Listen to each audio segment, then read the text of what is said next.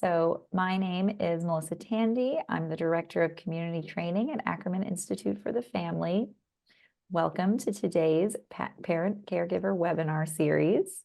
Today's webinar topic is Reframing Gentle Parenting, Practical Tools for Positive Discipline that Contribute to Healthy Relationships with Children and Teens. I'm very happy to introduce to everyone our presenter today, Barbara E. Neal, a licensed marriage and family therapist, faculty at Ackerman, and founder and CEO of Therapy for Black Moms, a teletherapy practice in New Jersey dedicated to supporting the mental and relational health of Black mothers and their families from pregnancy to empty nest and everything in between. So happy to have you with us today, Barbara. I'm going to turn it over to you because I know you have lots of wonderful content for us today. Yes, thank you. I'm so excited to be here to talk to you all about one of my favorite topics, which is parenting. So I'm going to share my screen and kind of orient us for our talk a little bit for today. So give me one second here. Okay, so a few objectives and things we're going to talk about are what you can expect as we dive into our conversation about gentle parenting today. Um,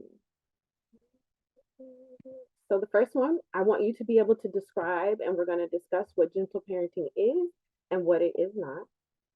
We're going to take some time to reflect on past experiences, current stressors, and life transitions that impact parenting decisions and practices.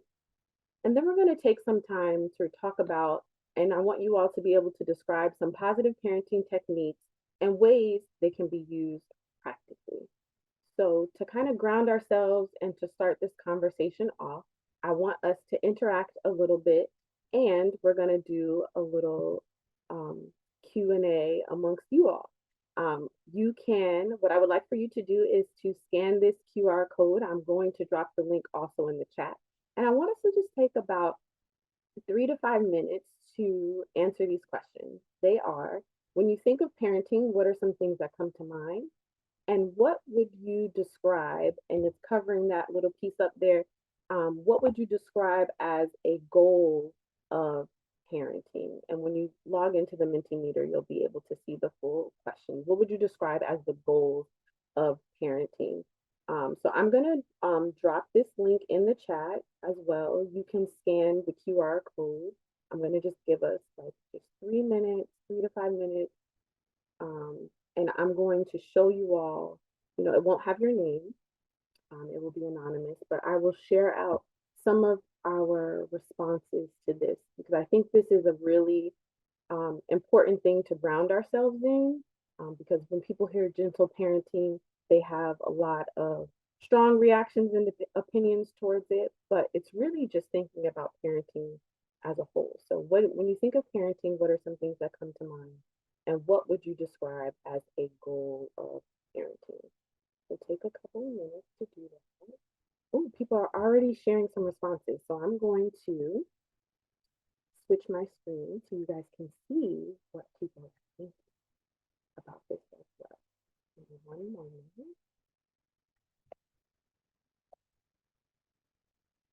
Oh, I love that you guys are interacting. Mentimeters are one of my favorite ways to interact in sessions like this where we can't hear people's voices or see everyone. So in our 3 to 5 minute window, take a moment and read what some people are saying. When you think of parenting, what are some things that come to mind? Secure and love children, no right way to do it, structure, guidance, love, responsibility, teaching, influencing, shaping, and guiding, supporting children, validating their feelings. These are some really, really great responses. I'm also going to hit enter because there are a few more. I want you all to see. Thank you all for your participation because again, I can't see your faces. So I love that this is a way that we can interact with each other. So when you think of parenting, what are some things that come to mind? So these are some things that people are saying. And then my next question What would you describe as the goals of parenting? I'll let some more responses come in.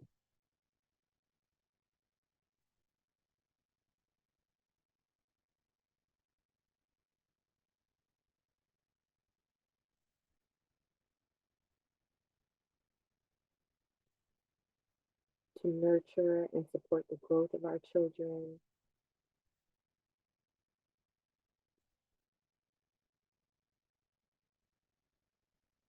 raising compassionate children, to help our children be ready to overcome life's challenges. I love that one.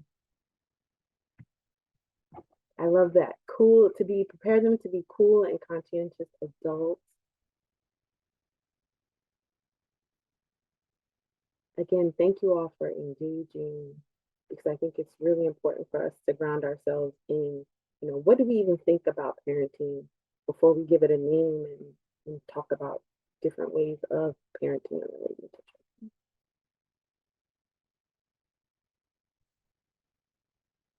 children. Let me go back to the following. Okay, I'll give it like 1 or 2 more minutes.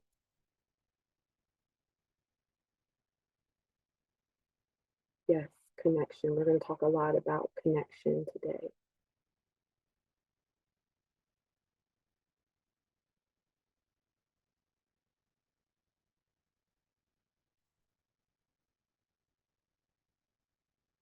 So as you can see, and now I'm going to just, let's see, 15. I'm going to give it like 1 more minute. If you're finishing your response, go ahead and wrap it up. Oh, there goes 16 because we had 16 before. So I wanted to make sure everybody got a chance. So you can kind of see what they describe as like the goals of parenting: security, connection, being able to overcome challenges. There's no right or wrong answer, but I think that what the goal of parenting is important when you think about what techniques and how you want to approach parenting. Now, something I want us to think about on our own. So again, we can be really grounded for this conversation and throughout. You don't have to just think about it just now, but what is one thing you appreciated about how you were parented? What is one thing you would have done differently? And how does the way you were parented impact how you choose to parent your children? We don't just decide how to parent out of a vacuum. A lot of us grow up and we say like, oh, I never want to do that. And so think about what that thing is. But also, what is something you appreciated about the way you were parented? One of the things that I share with my class that I appreciated is there were lots of opportunities for me to learn independence. Do I always think that was like age appropriate independence? Probably not. Were there some opportunities where I could have been taught a little bit more? Sure. But one thing that I definitely appreciated about the way I was parented was that I was parented in a way that encouraged me to be independent. And that is something that has helped me as an adult. And so I think it's important to think about, okay, what are the things we appreciated about the way we were parented that help us today? I feel like we all can probably think of the things we would do differently fairly easily. But another key piece is how does how you were parented impact how you choose to parent today? When I think about this question for myself, I think about just wanting to be talked to, wanting to be able to ask questions and have people show me how to do things sometimes. And so that definitely impacts the way I talk to my son and how I choose to navigate parenting. So keep those things kind of in your mind as we're talking about gentle parenting today. So what even is gentle parenting? Like I said before, some people have strong reactions to this. Some people have mixed feelings. Some people do not want to be associated with it. So whatever you're coming in with today, I just want to ground us in a few key things. So when we're thinking about gentle parenting, we're on the same page. So gentle parenting can be described in a variety of ways, but it is most often characterized as a soft style of parenting that focuses on establishing a collaborative parent-child relationship. In this style of parenting, parents practice empathy, respect, understanding, and healthy boundaries. Gentle parenting really also encourages parents to raise their children without shame, blame, or punishment. Through consistency and compassion, parents work to encourage and support their children to become self aware and to express themselves in socially appropriate ways.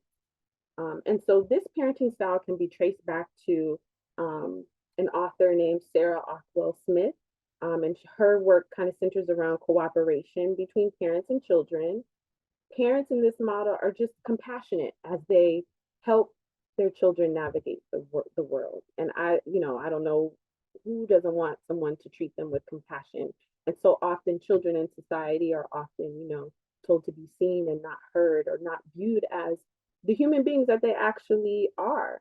And so this model, this style of parenting really respects the child as a person and values their feelings. That does not mean that the child is in charge or that they get everything that they want, but we'll talk about some of those myths as well.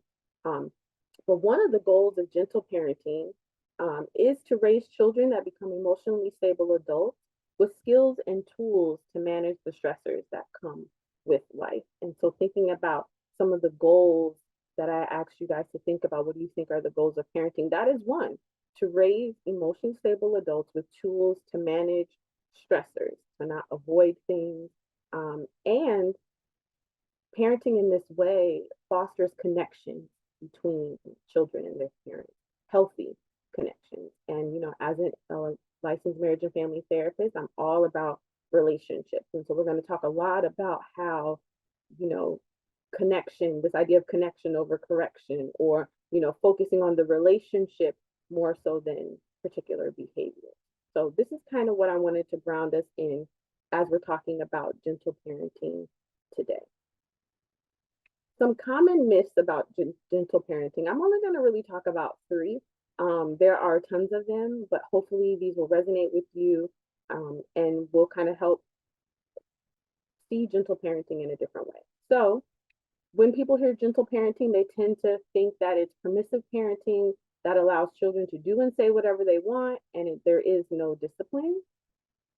Gentle parenting doesn't prepare children for real life or the real world, and gentle parenting is easy. And so we're going to talk about these three things a little bit more in detail. But before we do that, now that we kind of talked about gentle parenting just a little bit, I want to just talk about parenting in general, because I think you can't talk about one without the other. And no matter what you call it, it's all parenting. So I want to talk about the term parenting refers to all significant caregivers in a child's life. This could be a mother, father, extended family member, foster parent, etc. A parent's job, quote unquote, is often defined as preparing children to live successfully in the world. So the goals of gentle parenting, the goals that you all listed, we're all trying to prepare our children to live successfully, whatever that might be for them in the world. This often includes physical survival, cognitive, social, emotional, and moral development, and other specific things that parents support and develop in their children will vary based on a variety of factors, including where they live, what is viewed as successful, what parents think children need to know, and a variety of other cultural factors. Parenting can be viewed as a process. I know this is a little small. I'm going to show it bigger on the next slide. In a great article by Martha Edwards called Parenting and Families, she talks about these three categories within the parenting process: developing the emotional relationship, promoting exploration and learning, and guiding towards interdependence. Sometimes in American culture, we can be focused on independence, or we can see like interdependence as a bad thing. But that's really what we are, one of the parts of the process of parenting. And so I'm going to make this a little bit bigger so you can kind of see what's on here. So when we think about the developing the emotional relationship, being attuned with our children, having some joy there, using reflective communication so you can help them build those effective communication skills, that emotion language, communication repair. Kids are human just like we are. And so how do we repair and model that for them as well. Promoting and promoting exploration and learning really involves, providing a safe and stimulating environment, engaging in meaningful conversation, scaffolding, helping just enough, you know, being there, you're supporting from the background without taking over, and then also tolerating tension and struggle. I think when people hear gentle parenting, they think that it's not supposed to be a struggle, or they don't know what to do with that. And we're supposed to work on how do we tolerate it, and how do we tolerate it in a way that allows our kids to go and grow. And we'll talk more about that in a little bit. And then guiding towards interdependence, meaning that, we want to establish expectations for positive behavior.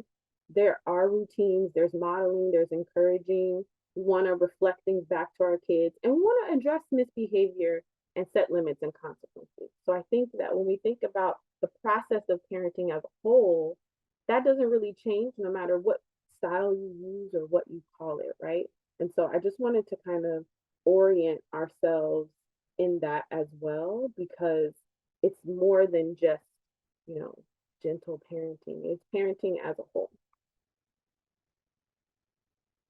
And some of the things, which I'm also going to come back to, that whatever style of parenting you use, these are some of the capacities or things that we want our children to be able to do. How we get our kids there is really your parenting style. And, gentle parenting can be an approach that, again, focuses on the relationship and does these things not from a place of fear and punishment, but from a place of empathy, compassion, and respect. And so we'll dive more into those in a little bit.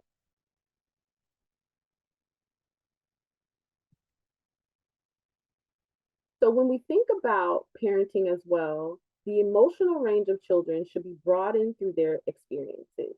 And some of those quote unquote experiences, they're just not going to be, they're not going to be fun, they're not going to be pleasant, but they need to happen so that kids and their emotional range can be expanded. There are, through patterns of connection, disruption, and repair repeated from childhood throughout adolescence, children learn to tolerate distress and should come to realize that challenges in relationships are temporary and can be overcome.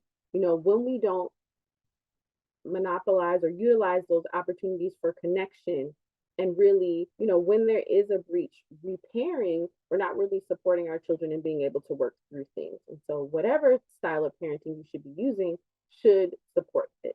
And again, when you think of gentle parenting, that is exactly what this is working on. It's not that there is not going to be conflict or disruption or heavy emotions, but that you're going to work on working through. Because again, when you grow up, we have to be able to tolerate and manage stress. And I would venture to say that the way in which we were parented has an impact on how we have done that and showed up in our various relationships and in our lives. And so through positive social experiences, children learn that relationships are associated with protection from negative experiences, relief from distress, pleasure, and joy. And so again, thinking about gentle parenting, we don't always have to teach our children from a negative place. I think when people hear the word gentle, they think like soft. They think that, the only way to learn is the hard way. And that's actually not true. People don't learn from people they don't like, and people are not motivated by the negative. And so it's really important to teach and be open to parenting from a positive lens.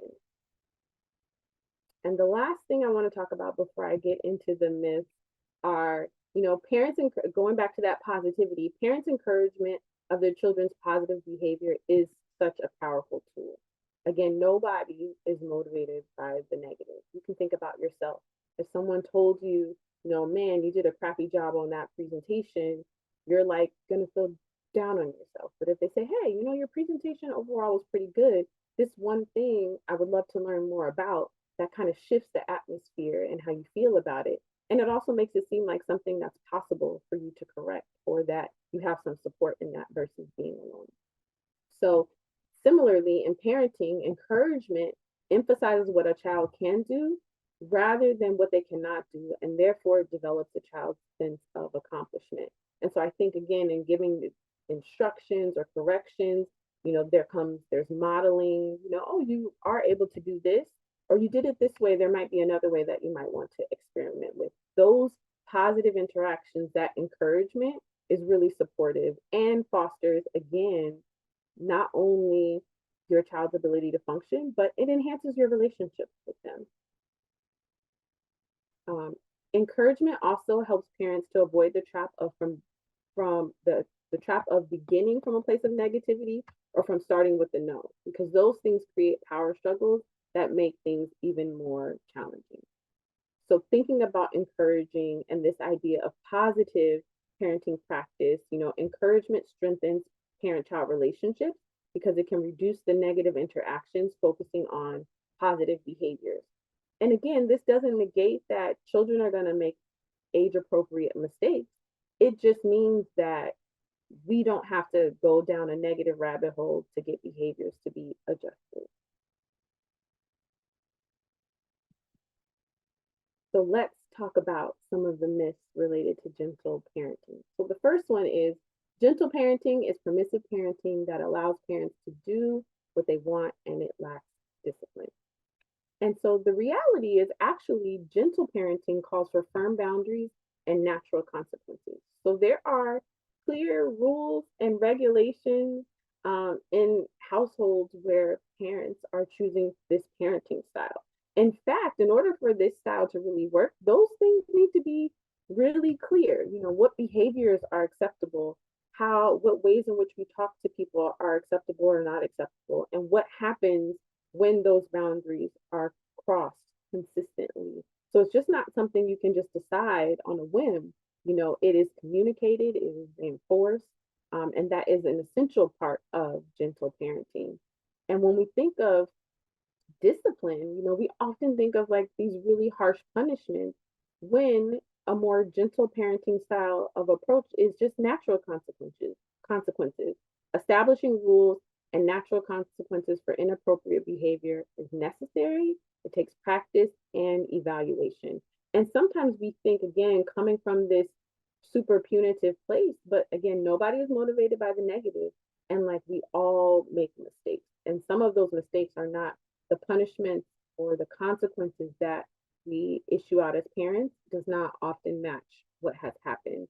And so natural consequences could be, you told your teenage son or daughter to, do the laundry or put the clothes in the dryer and they forget and their soccer uniform is in there. And when it's time for the game, that thing is damp. They might have to wear it damp because that is a natural consequence of them not following through on what they did. Kids, toddlers, they're going to spill things. Is it frustrating? Does it slow you down? Absolutely. But that is also an opportunity for them to learn, like, okay, when we spill things, we clean them up. We don't have to freeze because I know my parent is going to be so angry at me and then I can't do anything. It's like we have a problem and there are solutions because of those consequences. Another one I often think of, just in terms of taking a different approach, is like, when you're teaching those of us that have older kids, and they're learning to cook, we get so afraid.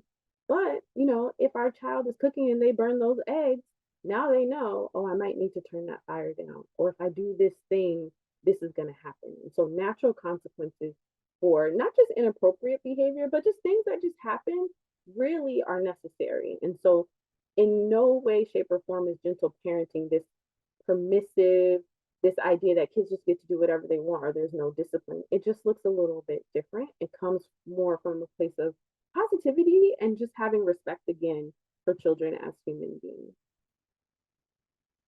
Gentle parenting also includes proactive, positive habits and routines that are often really at the center of gentle parenting. So it's not just reactive. And again, sometimes when we think of parenting and punishment, we think of reactive to things. And a lot of gentle parenting is proactive, knowing where your children are in their development and managing your expectations accordingly. That allows you to support your children more effectively.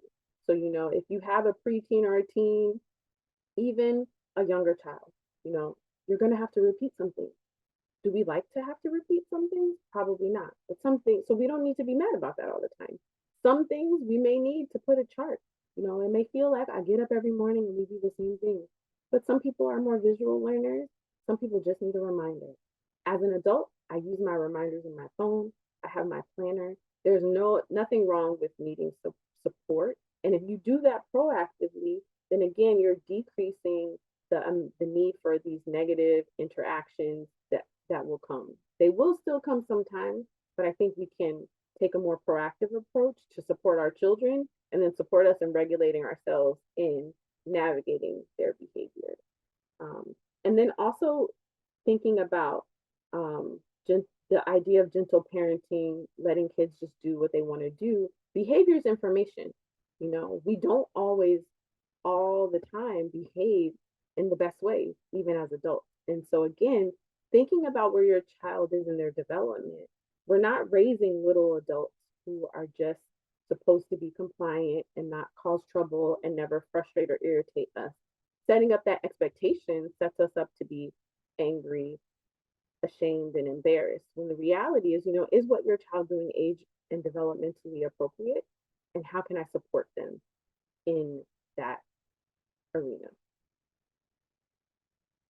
Just to talk a little bit more about natural consequences, which I did kind of say some of these things already, but I just want to reiterate that natural consequences are different than punishment. They're not just created by parents, but they're the natural result of what a child chooses to or chooses not to do. And I think something else, especially thinking about older kids and school, you know, I think about parents that are, you know, hyper focused on their kids' grades. You know, if your child chooses not to study, you know, and they get a grade that they don't like or is not satisfactory, that's an opportunity to talk about, you know, study habits. You know, what did you do to get here? What are you thinking about doing differently next time? Do you need my support so that you can get a different outcome versus, you know, oh, you get an F on this, I'm going to just take your TV away. What am I going to do at that time? You know, I'm not really sure um, what I need to do if I just go the punitive route. So then going to oh, just the last thing to round out natural consequences. Parents who allow natural consequences really teach a child, you know, kind of the why behind why they should or should not do something, rather than creating punishments that cause children to comply out of fear without really knowing the why behind things. And I also think, and I would encourage you to reflect on your parenting experience, you know, this also causes us to not be in tune with our bodies or with the reasons why or those critical thinking skills. It's just, oh, I'm doing this because my parents told me to. And it's like, nope, you need to lay out your clothes the night before so that your morning isn't rushed or chaotic. You know, it is important for you to set a timer on your phone so you know when to get that laundry so that your uniforms for school or for your games or whatever are dry in time, you know. And so really natural consequences really allow children to learn the why behind things. Because again, that is, we're not just teaching them to comply with us, we're teaching them to engage with the world.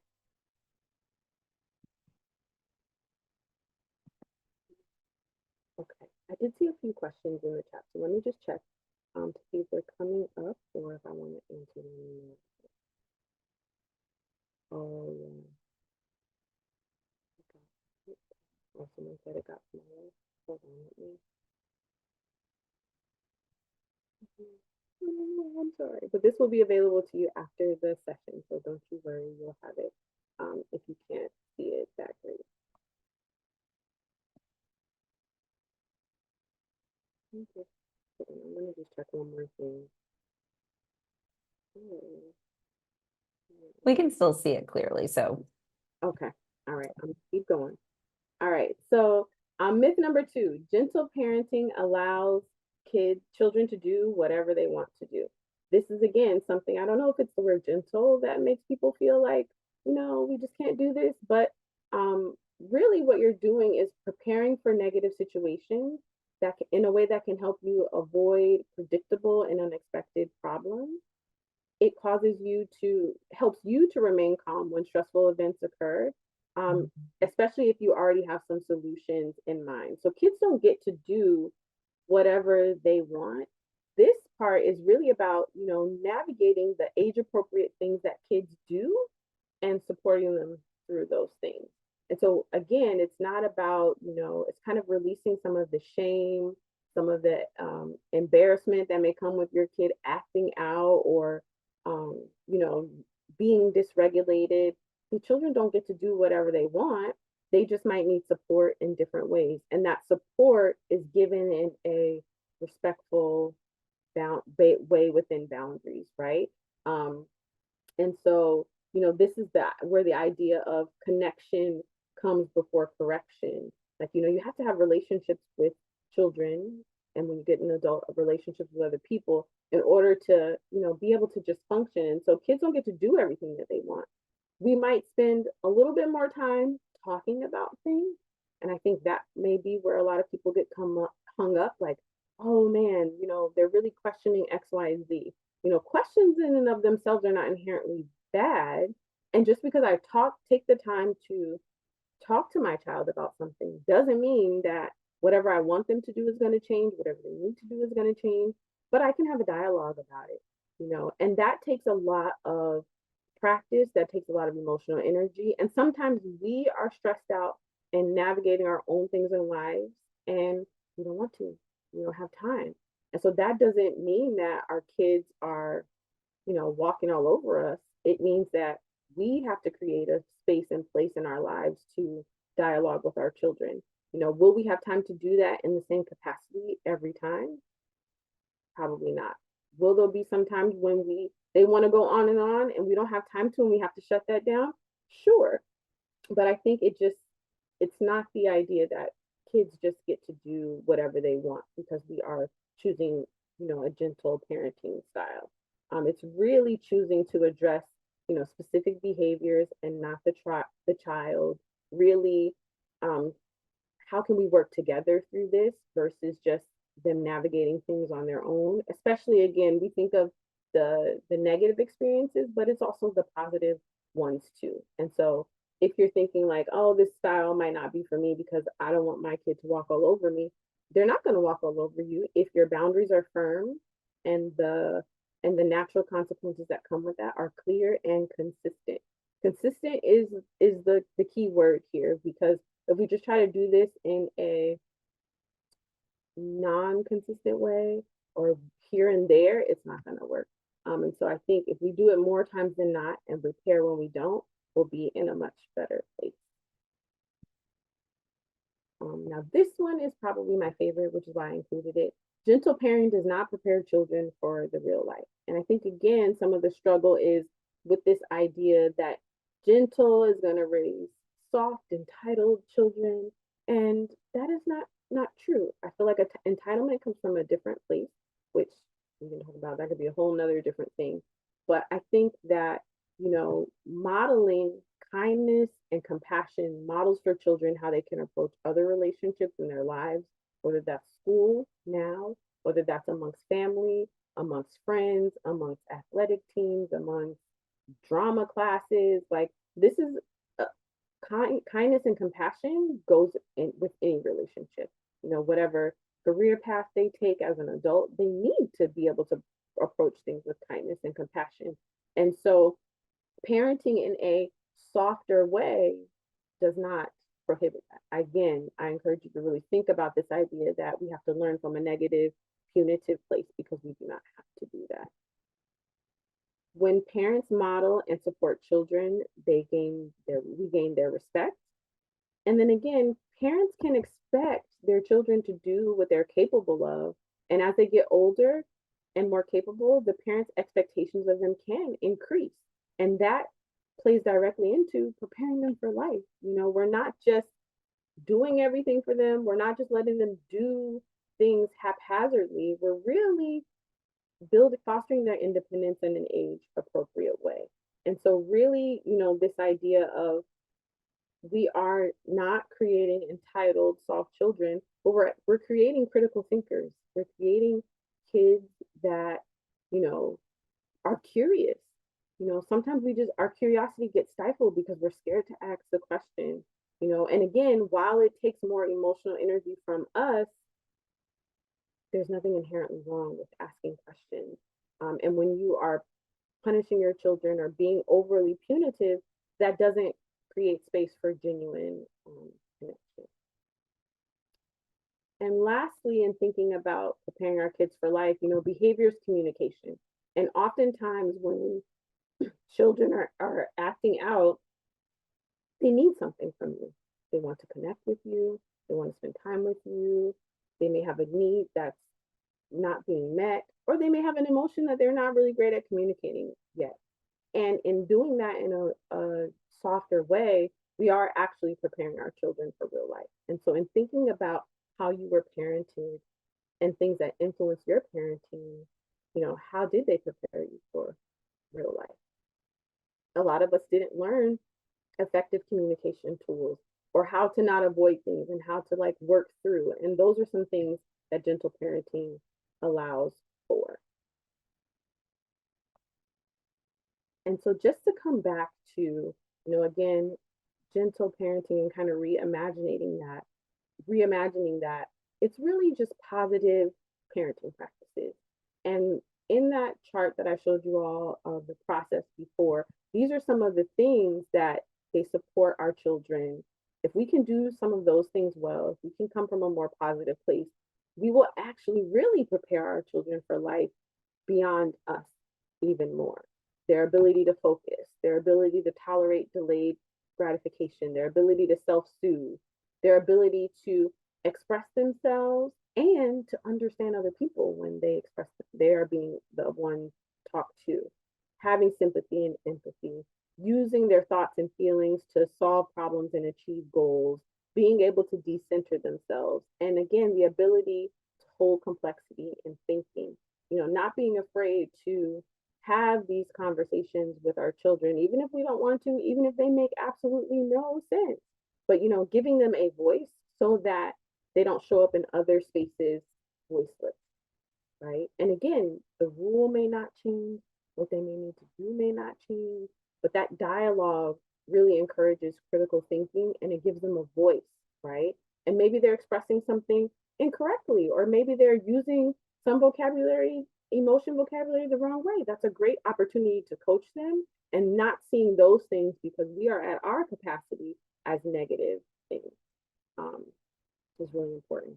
Oh, and the last myth that I want to talk about is gentle parenting is easy. I think this goes right into that because all of those things take a lot of energy. Being present and supportive of your child in parenting takes self awareness, patience, and the ability to self regulate and take care of yourself, especially in challenging and emotionally charged moments.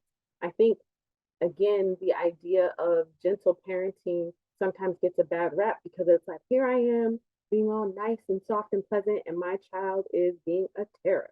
They are throwing themselves, they're doing all these crazy things, they're talking back, they're not doing well in school. And all of that is normal parts of their development. And in order to do that, not from a negative place, we have to take care of ourselves. We have to become aware. We have to do our own work so that way we can tolerate whatever our children bring to us.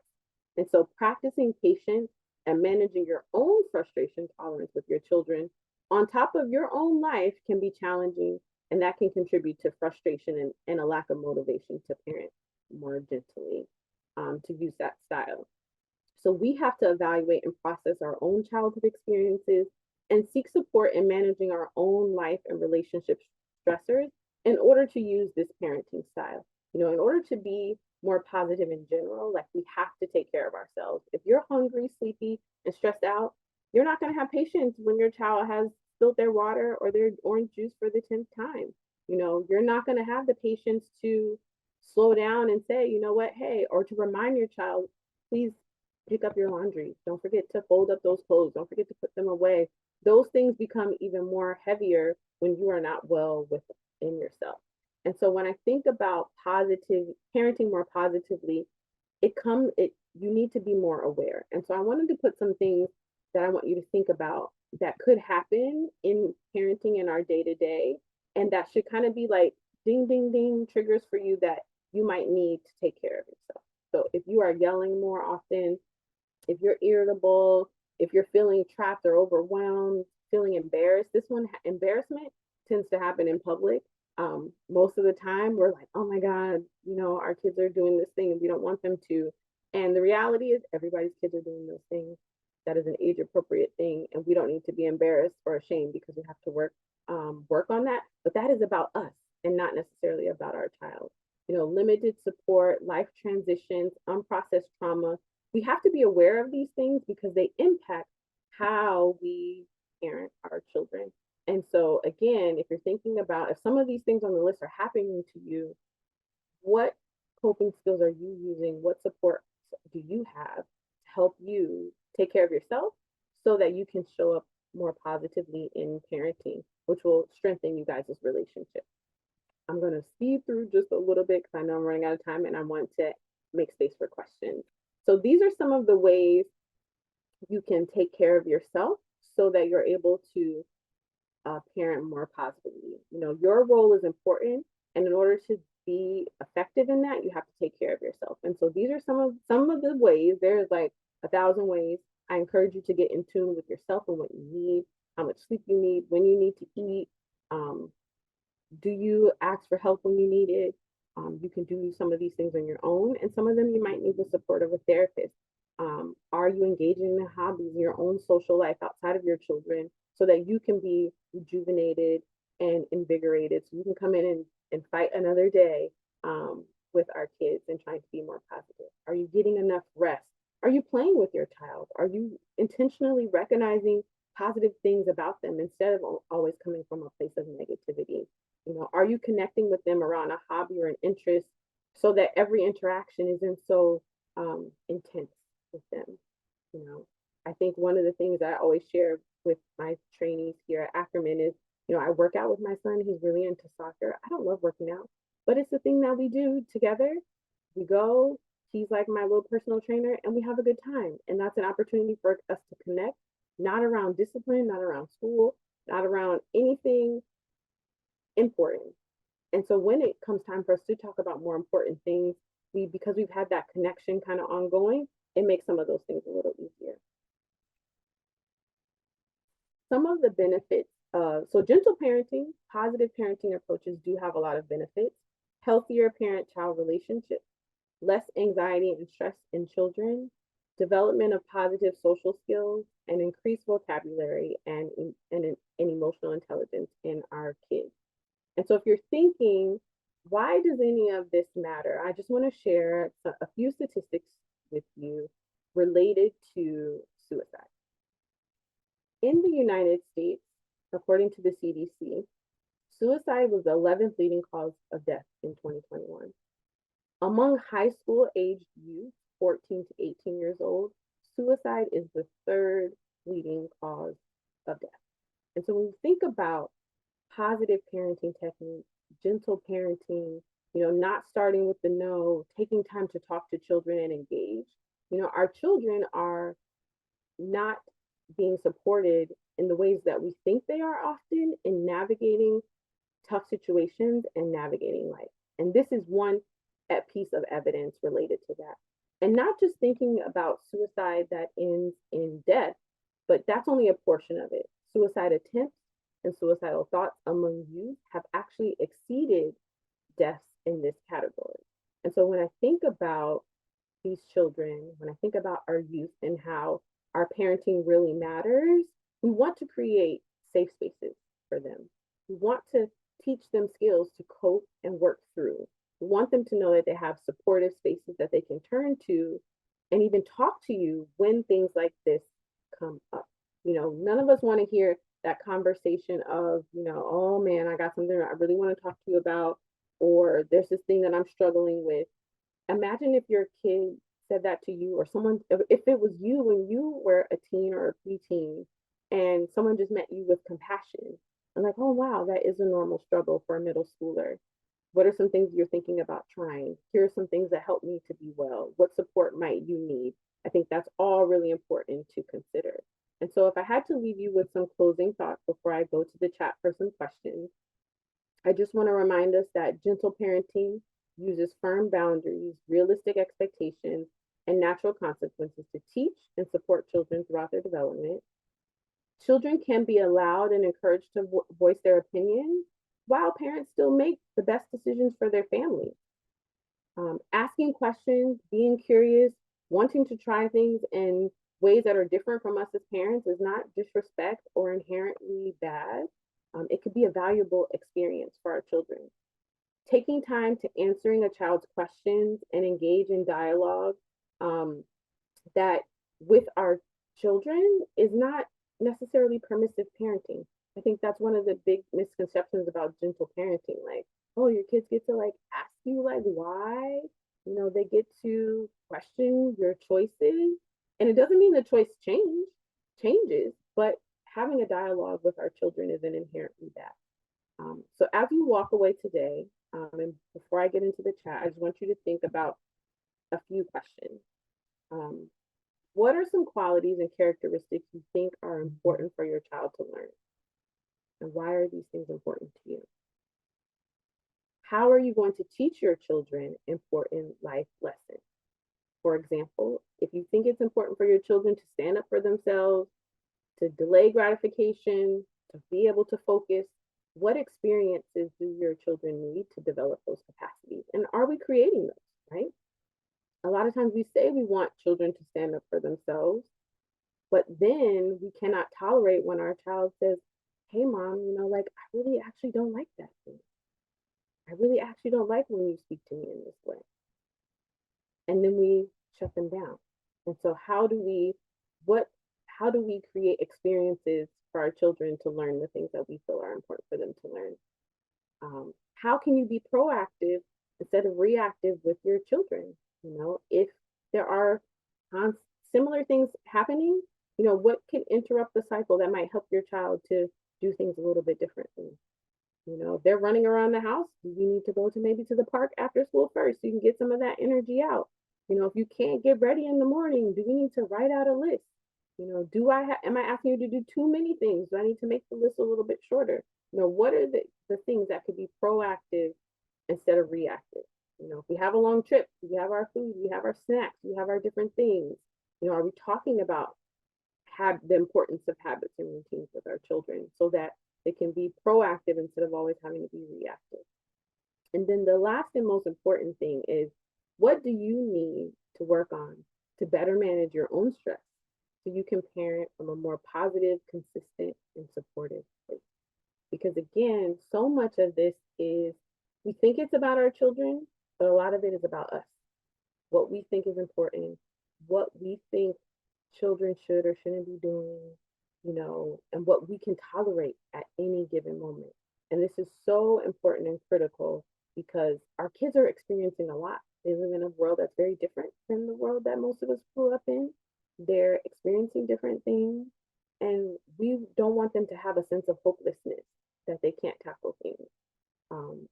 We want them to know that they have a parent, an adult, a trusted adult in their life that if they come to them with an issue, they're going to help them work through it. They're not going to give them the answers all the time, but they're going to support them in learning to think about things and navigate life in a different way. So gentle parenting, positive parenting, supporting our kids, really all of this is tied into a lot of the things you guys already put in the beginning about what is the goal of parenting, and why are we doing this, and why does how we do it matter so much? So we have about a little under 7 minutes. I'm going to pop into some questions in the chat. The first one that I see that I really like are there special considerations when applying gentle parenting techniques with children who've experienced trauma, either from foster care or abuse? Great question. And I think this connects with what I said about, we have to be flexible. We have to be flexible given our experience and our kids' experience and where they are in their stage of development. And so I don't think it's impossible. I think it just might, some things may need to be done a little differently depending on what that trauma was that the child experienced. So they may need you to discipline or engage with them in a more positive way. And they may also need the support of a therapist to help you kind of navigate some techniques that might be more effective with that particular child. And also connecting with that child, learning how they experience what happened to them and what that brings up for them or what that causes for them, right? So I think of like, children who may have been abused or so they might not want to be hugged, right? And so I think when we think of boundaries, sometimes people push back on that with gentle parenting and it's like, why do I need to ask you for a hug? There's a lot of reasons, and I might not want to hug you either today. And so I think like it could be as simple as something like that. It could also be, children in foster care may really value stability and routine because they often don't have that. And so really connecting with them to know, what has their experience been and what would be supportive. I think that is when I think of special considerations, those are things that I think of. Um, Another question here is any tips for parents transitioning to gentle parenting with adolescents and teens who are used to being parented differently? Love this one too, because you can always change. You can always change how you're doing things. Um, and there are lots of different ways to parent. So when we are done here, I have lots of ideas about this. I'm going to just share. I did put some resources in the slides that I think will help because not only do kids need transitions when they're teens, like teens still need us, even though they think that they don't. And so their approach is different. But it could also be because they're developmentally changing and we may be developmentally changing in how we parent. And so there's room for both of those things. And so I just want to show you all some of the resources that I listed in the slide deck that I didn't get a chance to get to.